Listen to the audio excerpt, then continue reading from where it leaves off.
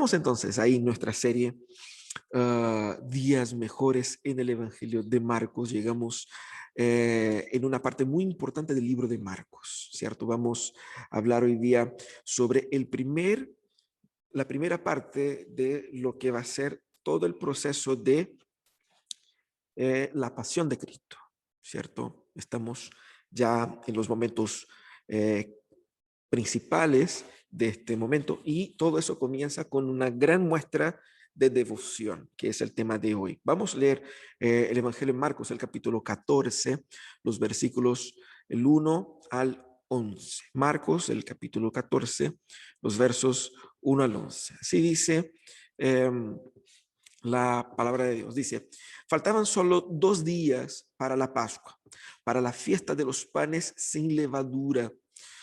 Los jefes de los sacerdotes y los maestros de la ley buscaban con artimañas cómo arrestar a Jesús para matarlo.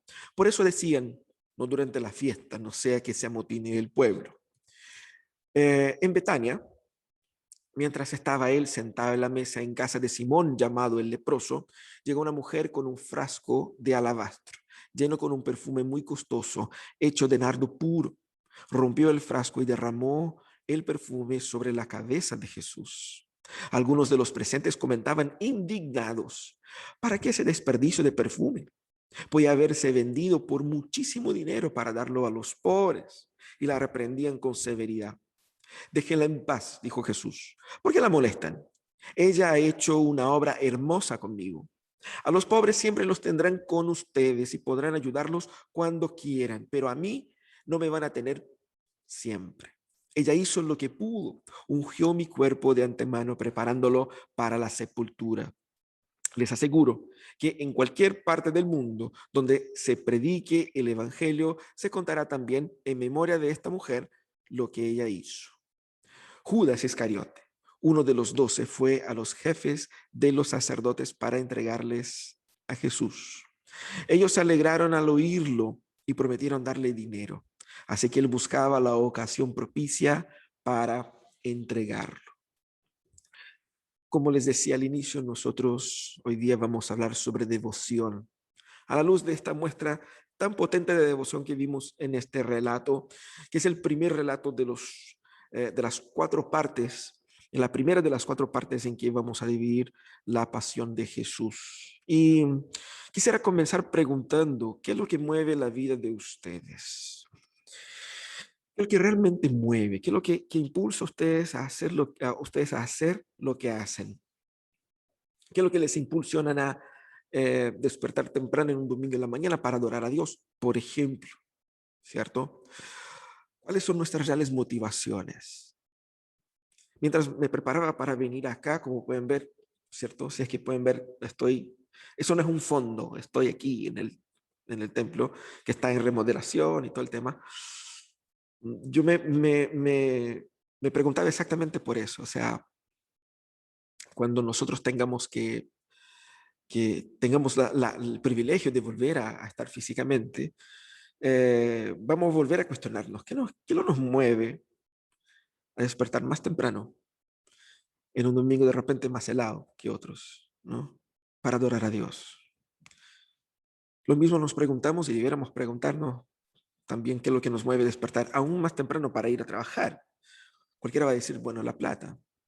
Pero eh, tenemos que cuestionar en qué es lo que queremos de la vida. Vamos a hablar sobre devoción y devoción tiene que todo que ver con eso, con lo que nos mueve, ¿cierto? El texto que nosotros hemos leído, él es parte de la forma como Marcos, el evangelista, quiso describir la pasión. Y Marcos, él organiza los eventos de tal manera a que esta organización eh, tenga un cierto sentido. Y es muy hermoso la forma como Marcos describe, porque refleja un poco la liturgia de la vida, la forma como la vida se organiza, la liturgia de la historia. ¿De qué estoy hablando? Nosotros tenemos el inicio del relato de la pasión de Cristo, es decir, el inicio del relato de cuando Marcos va a decir, eh, ¿cómo? De cuando Marcos va a decir sobre la muerte, el juicio, muerte y resurrección de Jesús. Él inicia ese relato con una muestra profunda de adoración a Cristo. Después de esta adoración, nosotros tenemos la traición de Jesús, su arresto, su juicio, su muerte, pero la historia termina en el capítulo 16 con la resurrección de Jesús. Se inicia y termina con Cristo siendo glorificado. Cristo siendo glorificado antes de la pasión y después de la pasión en su gloria. Pero también eso tiene que ver con la manera como la historia está hecha. La historia comienza con la gran manifestación de la gloria de Dios en la creación y termina con la gran manifestación de la gloria de Dios en la nueva creación. ¿Qué es lo que estoy hablando con eso? Ojo, la vida funciona así, de Dios siendo glorificado al inicio y siendo glorificado al final. ¿Qué es lo que Él quiere de nosotros hoy? ¿Cómo debemos vivir en armonía con esa historia? Para allá vamos. En ese texto también nosotros encontramos un contraste bien interesante en esa fracción ahí del capítulo 14, versículos 1 a 11, de la dureza de corazón por parte de unos y de la gracia demostrada por Jesús por parte de otros. Comienza el texto hablando de cómo los maestros de la ley, como los líderes de los sacerdotes, como los ancianos estaban confabulando la muerte y el asesinato de Jesús, ¿cierto? Mostrando la dureza del corazón de ellos. Pero el versículo siguiente dice que Jesús estaba en la casa de Simón el leproso.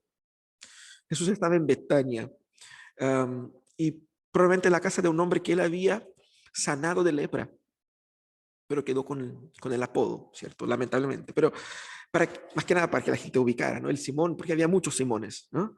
El leproso, el que había sido leproso, quizás sería la idea, ¿no? Porque si estaban todos reunidos en su casa, seguramente ya no estaba más leproso, porque eso sería bien raro y prohibido. Pero muestra la gracia de Jesús reuniéndose en la casa de gente antes excluida, marginalizada, pero que fueron por la gracia de Jesús transformadas y ahora eran personas que estaban viviendo un momento histórico con Jesús. También tenemos ahí en el relato una mujer derramando sobre la cabeza de Jesús un perfume carísimo, mostrando el impacto de la gracia en este corazón. Esta mujer era María, María, hermana de Marta y Lázaro. Y vemos la dureza de corazón de los que están a su alrededor, que empiezan a cuestionar de por qué hacía eso. Vemos también la gracia de Jesús respaldando a esa mujer en contra de sus críticos. Y vemos la dureza de corazón de Judas, que probablemente era el principal que estaba cuestionando la manera como esta mujer alababa a Jesús con ese gesto, porque como va a decir otros evangelios, Judas era el que manejaba la plata y si eso fuera vendido, eso sería mucha plata de la cual él podía sacar una parte, ¿no? Entonces son estos contrastes ahí. Todo lo que el texto apunta tiene que ver un poco con la muerte de Jesús. Los líderes religiosos querían matar a Jesús. La mujer, sin saber, está ungiendo a Jesús para su sepultura y Judas sale a conspirar contra Jesús, ¿cierto? Y así vemos un poco la estructura de ese texto. Tenemos ahí los líderes religiosos conspirando contra Jesús, Jesús ungido en Betania y Judas conspirando contra Jesús. ¿Qué es lo que es esa historia? Según esa estructura, según esa manera como Marcos describe este evento, ¿qué es lo que nos muestra? ¿Qué es lo que nos enseña sobre devoción? O principalmente, ¿qué es lo que nos enseña sobre hacia dónde conduce una verdadera devoción? ¿En qué implica una verdadera devoción? ¿Cuáles son las consecuencias? ¿Cuáles son el proceso natural que nos lleva a una verdadera devoción? Y aquí vamos a aprender qué es lo que es esa verdadera devoción y a qué ella nos conduce. Primeramente, según el texto, vemos que una verdadera devoción nos conduce a reconocer a Cristo por su valor. Pensemos solamente en ese relato que está ahí, la mujer ungiendo a Jesús. Era María, la hermana de Marta y Lázaro. Sabemos eso por los otros evangelios que complementan esa historia. Primeramente, ella muestra una profunda reverencia y honor a Cristo. En otro evento anterior, ellos habían recibido a Jesús en su casa y María estaba a los pies de Jesús escuchando lo que Jesús tenía que decir, mientras su hermana estaba con todos los quehaceres y enojada, su hermana va y le dice a Jesús, mira Jesús, ¿por qué no dice a esta tipa que me ayude? Porque mira cómo está ahí haciendo nada y yo aquí desesperada para dar de comer a 15 cabros adultos. Entonces, Jesús dice, no, sí, ella eligió la mejor parte. Vemos ahí el corazón de María que estaba dispuesta a recibir lo máximo de Jesús. Aquí vemos ella entregando lo máximo a Jesús. Y fíjate que ella fue de una forma totalmente personal, informal, sin imposición, sin requisito. Jesús no se lo pidió, no fue acordado por la ley, no, fue algo totalmente de ella. Y eso es interesante por lo que costó lo que ella hizo. Fue un gesto de adoración extremadamente costoso. Dice el texto que ella derramó sobre la cabeza de Jesús un perfume carísimo. Tenía un vaso, un recipiente llamado alabastro, que es un recipiente muy delgado, de color blanco, algo así, que suele parecer un poco esas muestras que Natura comparte, ¿no es cierto? Así como un poquito de perfume, pero venía un poco más, se cree que casi unos 300 ml, me imagino, por algunos comentarios que dicen por ahí, venía una buena cantidad, es decir, era una cuestión de perfume, ¿cachai? Entonces venía escaleta y tenía una apertura arriba, tenía una parte delgada arriba que uno rompía y hacía verter su contenido, ¿ya? Entonces ella va y abre ese envase y derrama sobre Jesús todo el contenido. El tema es que el contenido era de nardo puro, nardo que era un perfume, un perfume muy especial hecho con hierbas del Himalaya. Imagínense, o sea, si eso sería caro hoy día, imagínense en aquel contexto. Eh, Algo que tenía un costo aproximado de un año de trabajo para un trabajador promedio. Podemos decir que estaría en la casa de los 4 millones de pesos, un poquito más. Un perfume. Probablemente ese tipo de cosas era como herencia personal, era como una herencia familiar, algo que uno podía comercializar futuramente, sacar provecho, es decir, era algo no menor, o sea, el precio de un auto, ¿cachai, no? Algo así. Entonces, de un auto usado y viejo, pero un auto, no sé, era más caro que mi auto, de hecho. Uh, no era algo menor, ¿cachai? O sea, algo importante. Y yo no sé qué es lo que pensó, qué es lo que llegó a pensar sus familiares sobre ese gesto. Pero ella va y derrama totalmente un perfume de 4 millones de pesos sobre la cabeza de Jesús. Simplemente en adoración. Los otros evangelios complementan diciendo que ella le lavaba los pies con sus lágrimas y los secaba con sus cabellos. Es decir, ella estaba en una postura de total adoración a Jesús en ese momento. No sé cómo fue, qué es lo que la movió, cómo fue el sentimiento, pero algo pasó en su corazón, de que ella no podía dejar de aprovechar esa oportunidad en que Jesús estaba en su ciudad, a casi más o menos de una semana de su muerte. Ella no sabía qué iba a pasar, pero ella sentía que no podía dejar pasar esa oportunidad y ella entendía que Jesús valía más que lo que valía el perfume. Ese gesto fue sumamente polémico porque, primero que no era algo común, era algo especial, muchísimo especial. Sería algo para los reyes, ¿me entiendes? Por lo tanto, todos los demás que estaban ahí empezaron a decir, oye, ¿qué está haciendo esa loca? Es una exageración. Y, pero no es que ellos tenían piedad y que estaban ellos siendo sensatos, sino que ellos tenían el corazón endurecido. Ella había reconocido el real valor de Jesús y estaba demostrando el real valor de Jesús. Y ellos, por la dureza de sus corazones, estaban pensando en la plata. Pensemos en los discípulos acá. ¿Qué hacen ellos? Los discípulos y algunos de ellos, pero básicamente los discípulos. Primeramente, ellos, como ven el texto, se indignan. Y el texto es bien evidente en dejar la molestia de ellos. No se molestaron poco, se molestaron mucho. Indignados y reprendían. La reacción de los discípulos fue contundente. Y lo primero que ellos pensaron, no pensaron en Jesús, no pensaron en gesto, no pensaron en la adoración. Ellos pensaron en el dinero, de lo cuánto costaba ese perfume. Pensaban en el perfume, no en Cristo. Mientras ella pensaba en Cristo más que en el perfume. Pusieron un precio y cuantificaron la devoción de la mujer. Estaban ahí evaluando la devoción ajena, cuestionando, criticando. Personas que no estaban dispuestas a dar lo que ella estaba dando, cuestionando la forma como ella dio, criticándola por eso. Mira la dureza de corazón ahí. Estamos hablando de discípulos que posteriormente iban a morir por Cristo.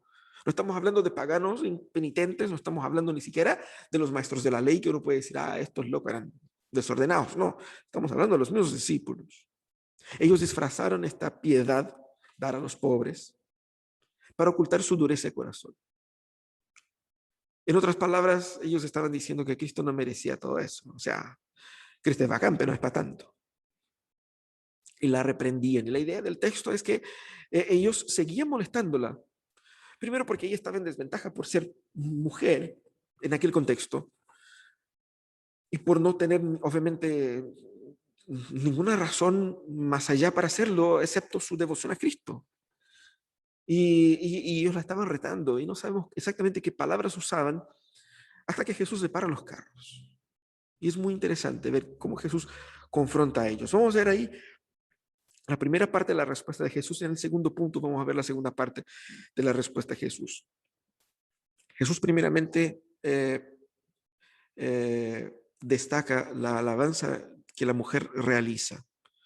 Así que es muy interesante lo que vemos acá, porque en ese momento de muerte de Cristo, y la expresión más evidente de adoración a Cristo antes de su muerte no vino de un líder religioso que reconoció el Mesías en las Escrituras, no vino de sus discípulos que estuvieron con Jesús viendo cada uno de sus milagros, cada una de sus prédicas, que expulsaron demonios de otros.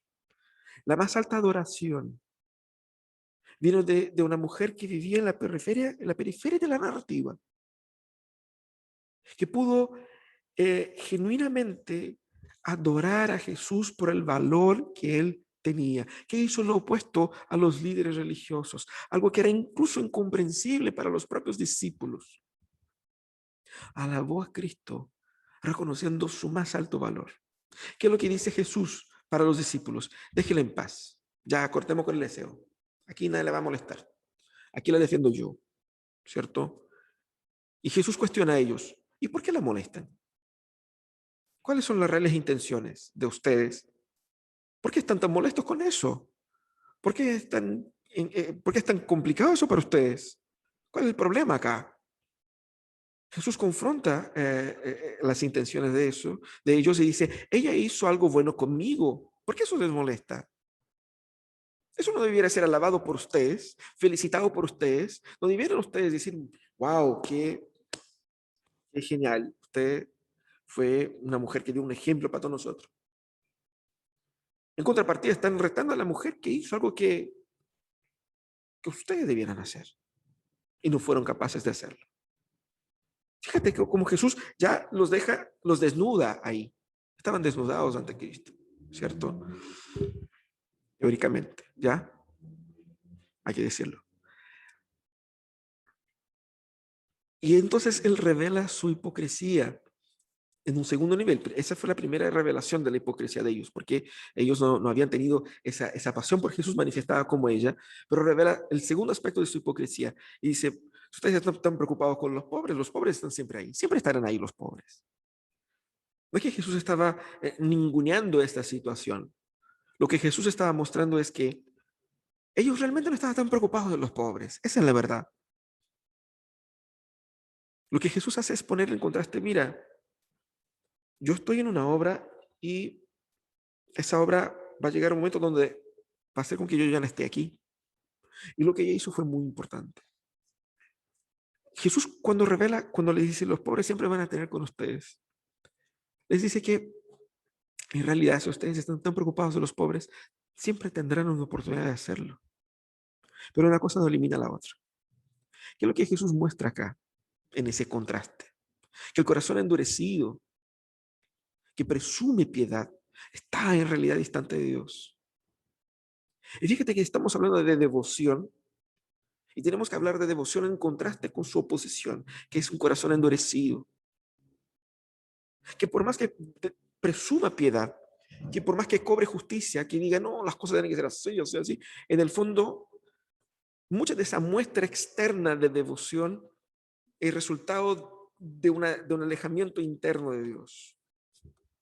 Pero un corazón adorador, un corazón que se entrega en devoción a Dios, es un corazón que entiende el valor infinito de Cristo.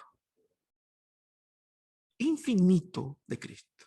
Y ahí empezamos nosotros a medir a nuestras propias acciones en pro del Señor.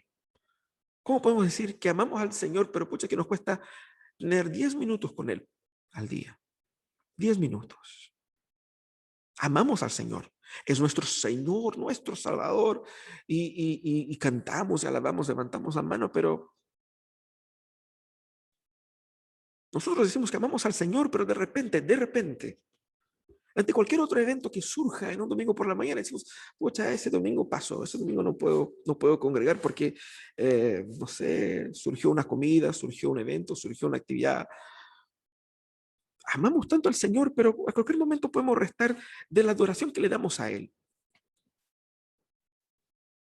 Ponemos precio a lo que hacemos, cuantificamos nuestra devoción. De repente es muy caro, de repente es muy difícil. Tenemos que cuestionar eso. ¿Cuánto vale Cristo para ti? Devoción es la convicción de que Él vale todo y más. Es el resultado de un corazón asombrado por el infinito valor de Cristo. Nosotros necesitamos rescatar en nuestro cuestionamiento interno cuánto vale Cristo para mí. Y Cristo va mostrando para nosotros mismos cuánto es su verdadero valor cuando empieza a quitarnos cosas. Bienes, parientes, salud, trabajo. ¿Cuánto vale Cristo? Al cerrar los ojos y adorar a Dios, la pregunta es, ¿cuánto vale? ¿Cuál es su verdadero valor? Si es un valor infinito, nada será muy caro. Si es un valor infinito, nada será muy difícil. La iglesia en el siglo I y los siglos que siguieron demostró el valor de Cristo cuando se sometían a morir en los confrontos con los leones o quemados vivos. Porque decía, Cristo es demasiado valioso como que para traicionarlo y abandonarlo. Hermanos, nosotros estamos y debemos luchar contra la dureza de corazón. Y fíjense que a veces nosotros nos conectamos aquí por esos cultos online, que sabemos que son cultos limitados, no son cultos plenos en su sentido de culto. Y decimos que todo eso es muy fome. De verdad que puede ser un poco más fome que un culto presencial. Pero la experiencia de adorar a Dios no debiera ser fome en ningún momento. Si yo reconozco el verdadero valor de quién es Él, tú puedes transformar en ese momento la sala de tu casa en un espacio fantástico de adoración a Dios.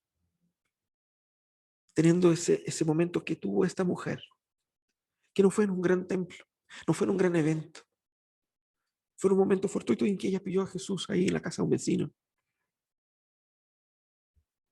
y adoró a Jesús como si nada más en el mundo importara. Somos llamados a tener esa postura, a reconocer a Cristo por su valor. Pero también una verdadera devoción nos lleva a unirnos en sintonía con el plan de Dios. La verdadera devoción nos lleva a unirse en la sintonía del plan de Dios. Pero fíjate que ahora en las dos partes del texto, una que está antes de esa descripción de la unción de Jesús y otra que está después. Al inicio del texto, Marcos nos dice que los líderes religiosos estaban ahí confabulando para ver cómo iban a pillar a Jesús. Ellos tenían su corazón profundamente endurecido y esa conspiración era profundamente diabólica, se nota. Primeramente porque esos cabros eran líderes religiosos. Ellos eran sacerdotes, ellos eran maestros de la ley, teólogos, ellos eran líderes del pueblo, ancianos, personas que conocían el Antiguo Testamento letra por letra, que conducían al pueblo en la adoración a Dios y estaban ellos mismos tomando la iniciativa de quitar la vida del Hijo de Dios, del Dios encarnado. Se nota los desconectados que estaban ellos de Dios, de verdad. Pero peor, mira el contexto. Era el contexto de la fiesta religiosa, de la principal fiesta religiosa. En medio de la fiesta, en que ellos estaban recordando la gracia de Dios del libramiento del pueblo del cautiverio, estaban ellos confabulando de cómo matar al Hijo de Dios.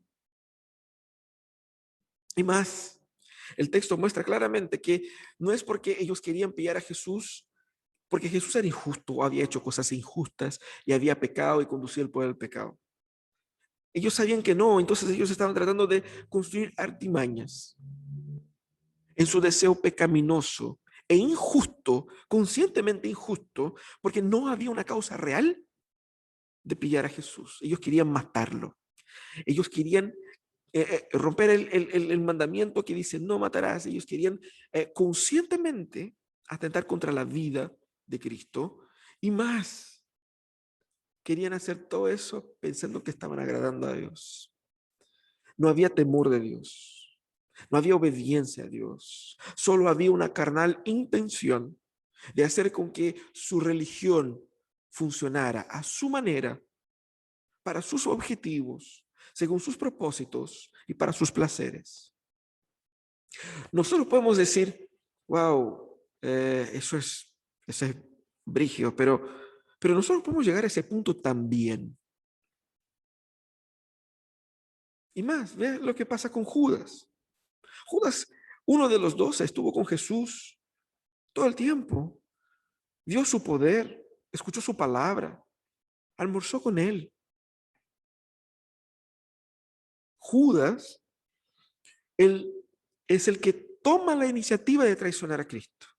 No es que él fue así como que los maestros de la ley, los que querían pillar a Jesús, encontraron el eslabón más débil de los 12 y vinieron a él.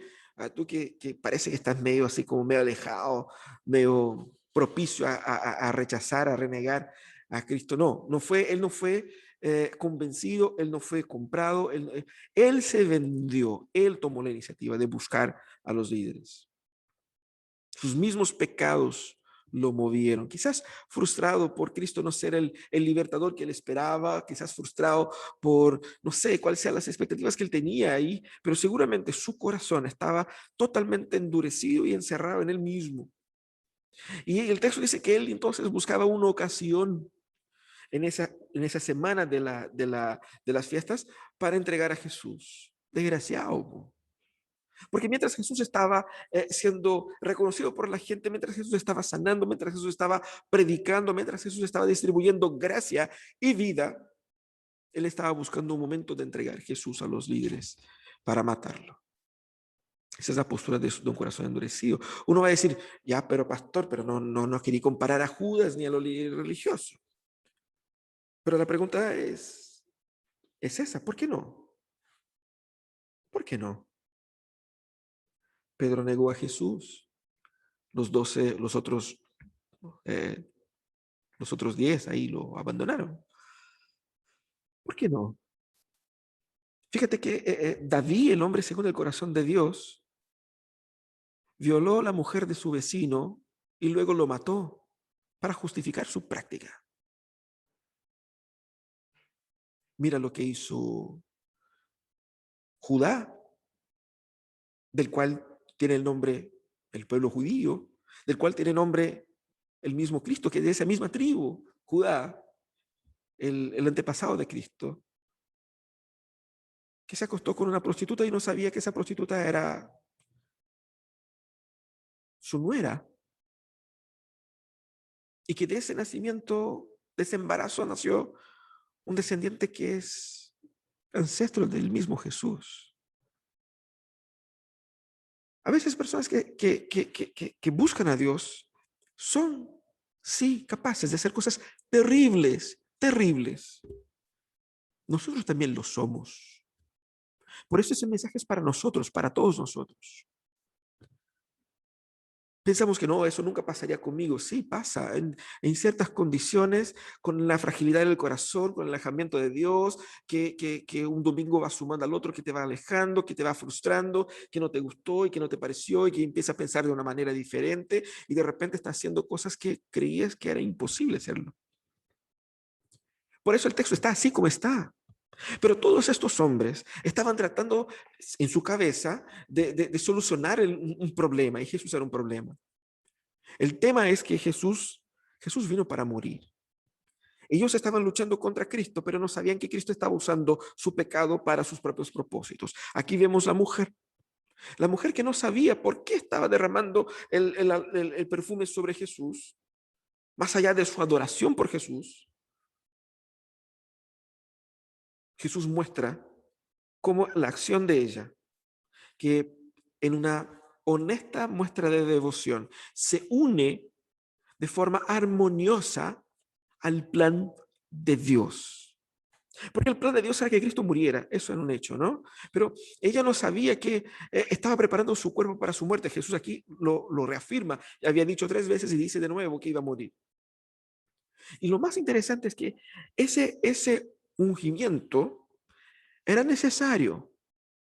¿Por qué era necesario? Porque sabemos que Jesucristo resucitaría y no viviría, no estaría muerto lo suficiente como para ser ungido post-mortem, ¿cierto? Ese sería el ungimiento único que Jesús recibiría. Porque cuando las mujeres llegaron ahí al domingo, Jesús ya no estaba. Y fíjate qué hermoso. Ella no sabía, pero estaba uniéndose en ese, como parte de ese plan que Dios estaba trabajando. Y, y es interesante porque a veces uno se pregunta, pero la mujer hizo algo y entró en el plan de Dios, ella no sabía. El tema es que nosotros no tenemos por qué saber todos los detalles de los planes de Dios para el mundo. ¿Qué es lo que Él demanda de nosotros? Que lo adoremos. Pero cuando nosotros adoramos genuinamente, que cuando nosotros entregamos nuestra vida en profunda devoción a Dios, estamos uniéndonos, aún sin saber todos los detalles, a algo grande que Dios está haciendo en la historia. La adoración a Dios nos une a los propósitos de Dios en la historia. La resistencia y la dureza de corazón que nos hace oponer a ese plan, resistir a ese plan, solo genera para nosotros condenación, porque el plan de Dios sigue y seguirá triunfando. El plan de Dios sigue y seguirá triunfando. Cristo redimirá, Cristo sanará, Cristo restaurará todas las cosas, sí o sí. El punto es, si nosotros nos resistimos al plan de Dios, solo recibiremos condenación y frustración para nuestras vidas. Dios nos llama a que nos entreguemos al señorío de Cristo. ¿Y qué significa eso? Que nos entreguemos al plan que Cristo tiene, porque Él, como Señor, es quien determina el plan. Esa resistencia a la voluntad de Dios es resultado de corazones endurecidos. Y es interesante lo que dice Jesús. Ella hizo lo que pudo. Ella hizo lo que pudo. Y nosotros nos preguntamos, y hacemos todo lo que podemos. ¿Cuánto costó ese gesto? Ella tomó algo que estaba a su alcance, quizás algo exagerado, algo grande. No exagerado si comparamos el valor de Cristo, porque Cristo merece mucho más. Pero ella hizo lo que pudo con lo que tenía. rompiendo. Y fíjate que lo que dice Jesús rompe un poco la idea de que Jesús demanda de nosotros algo imposible, algo que está fuera de nuestro alcance. Está ahí. Devoción es dar lo que somos, lo que tenemos. Es rendirse. Y mira lo que Jesús dice al final. Les aseguro que ese gesto será proclamado por donde se lleve ese evangelio. Dos cosas Jesús dice con esa frase. Primero, Jesús eh, reconoce el gesto de la mujer. Y eso es muy interesante, porque a veces podemos dudar no debemos hacer nada para simplemente ser alabados de vuelta, obviamente que no, pero el Señor ve nuestro sacrificio y nuestra entrega. El Señor ve lo tanto que nosotros nos entregamos a Él. El Señor reconoce lo que nosotros hacemos por Él. No debemos hacer por el reconocimiento que vamos a ganar, pero es muy importante para muchas personas que están sufriendo por como sufrió esa mujer, por entregarlo todo, entender que si bien alrededor no se entiende y no se comprende por qué estoy haciendo eso, el Señor ve, el Señor entiende, el Señor reconoce. Eso es lo que Jesús está mostrando acá. El Señor ve lo que nosotros entregamos a Él. No es un malagradecido. La historia de la mujer se cuenta para que nosotros aprendamos a ser como ella. Pero mira qué hermoso. La historia de esa mujer entró en la historia más grande del mundo, en la historia más importante de todas, la historia de cómo Cristo salvó a la humanidad. Ahí estamos nosotros aquí hablando de ella. El plan de redentor de Dios no puede detenerse, hermanos. Dios va sí o sí. Incluso cuando los impíos se unen contra Cristo, ellos van a terminar prosperando los propósitos de Dios en contra de su propia voluntad y para su propia condenación. Pero cuando nosotros nos rendimos en la armonía a la voluntad de Dios, a los propósitos de Dios, su voluntad fluye a través de nosotros. No significa que nos va a hacer más ricos, ni más prósperos, ni más bonitos, pero sí nosotros experimentaremos mucho más de la paz de Dios en nuestros corazones, porque fuimos creados para esto, fuimos creados para la adoración en real sintonía con Dios. Fuimos creados para que nuestra vida sea consumida en adoración a Dios. Y para allá debemos ir. Mira, ¿qué quieres hacer de tu vida realmente? ¿Por qué realmente estás trabajando en lo que trabajas? ¿Por qué te casaste? ¿Por qué te endeudaste con esto y con aquello y no con otro? ¿En qué realmente te estás gastando la vida? ¿Qué estás haciendo con tu vida? Somos llamados a cuestionar nuestra devoción. Tú puedes estar siendo parte de una congregación y aún así tener el corazón endurecido, sentir la frialdad en la oración, sentir Dios distante, sentir que todo eso es mecánico. ¿Cómo podemos nosotros recobrar una devoción verdadera, una devoción que nos saca de esta conducta eh, crítica, escéptica, dura? Lo primero es el arrepentimiento. Debemos nosotros encontrarnos con Cristo tal cual como Él es. Arrepentimiento es eso, es reconocer la dureza de mi corazón y decir, Señor, necesito de tu gracia. Es encontrarse con Cristo como el leproso se encontró con Él, como el ciego se encontró con Él, como el paralítico se encontró con Él y decir, Señor, si no me sanas tú, no me sanas nadie. El arrepentimiento es el primer paso. Encuéntrate con Cristo hoy. Ah, no, si ya soy canuto, no importa. Dejemos a un lado nuestros títulos, nuestra historia, Encontrémonos con Cristo a solas, nosotros, tal cual como Él es. Porque nada más es necesario. No necesitas de un trabajo mejor, de un sueldo mejor. No necesitas más tiempo, de más dinero, ni de más salud. Todo lo que necesitas es Cristo. Encuéntrate con Él. Pero entrégate a Él con todo lo que tienes.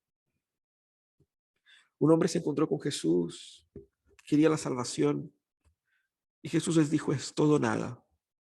Pero cuando entregas todo, tendrás todo. Pero el hombre dijo, no, ¿sabe qué? Mejor no. El joven rico quería entregar una parte, pero Cristo dijo, no, aquí es todo o nada. O estás 100% adentro, o estás 100% fuera. ¿Qué es lo que estás restando? ¿Qué es lo que estás guardando? ¿Qué es lo que no entregaste a Cristo? ¿Qué área de tu vida Cristo no domina? Quizás uno quiere controlar su carrera, su vida profesional, o su vida familiar, o su vida financiera, o su vida emocional, como le plazca a uno. No, compadre, Cristo tiene que entrar ahí. Entrega todo a Él. El gesto de la mujer fue un gesto muy concreto. Piensa tú en gestos concretos que simbolizan esta entrega, no simplemente con palabras, ¿ok? Gestos concretos que simbolizan esa entrega.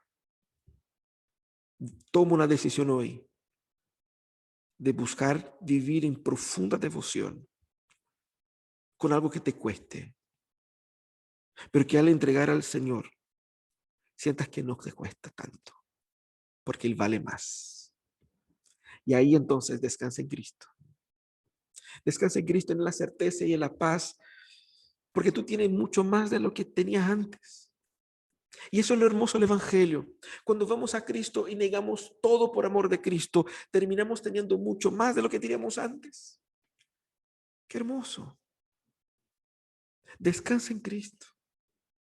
La verdadera devoción nos llevará al abrazo amoroso de Cristo. Porque podemos ver en Él el propósito por el cual fuimos creados. Para esto fuiste creado. Para eso existe iglesias, para eso se predica el Evangelio. Para que podamos descansar en Cristo. Porque todo apunta a Él. Por eso Él es digno de toda devoción, de toda adoración, de toda entrega. Señor amado, nosotros estamos muy agradecidos que tu palabra nos exhorta a entregar nuestras vidas en sumisión, en adoración. Señor, danos un corazón sumiso a ti para adorar tu nombre.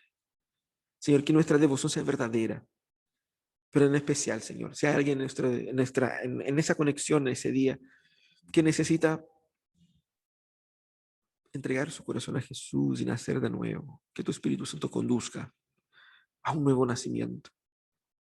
A aquellos que están con los corazones endurecidos, fríos, distantes, que tú, Señor, los puedas atraer para que puedan dar esa entrega total que tu palabra nos enseña y que puedan encontrar realización y paz ahí.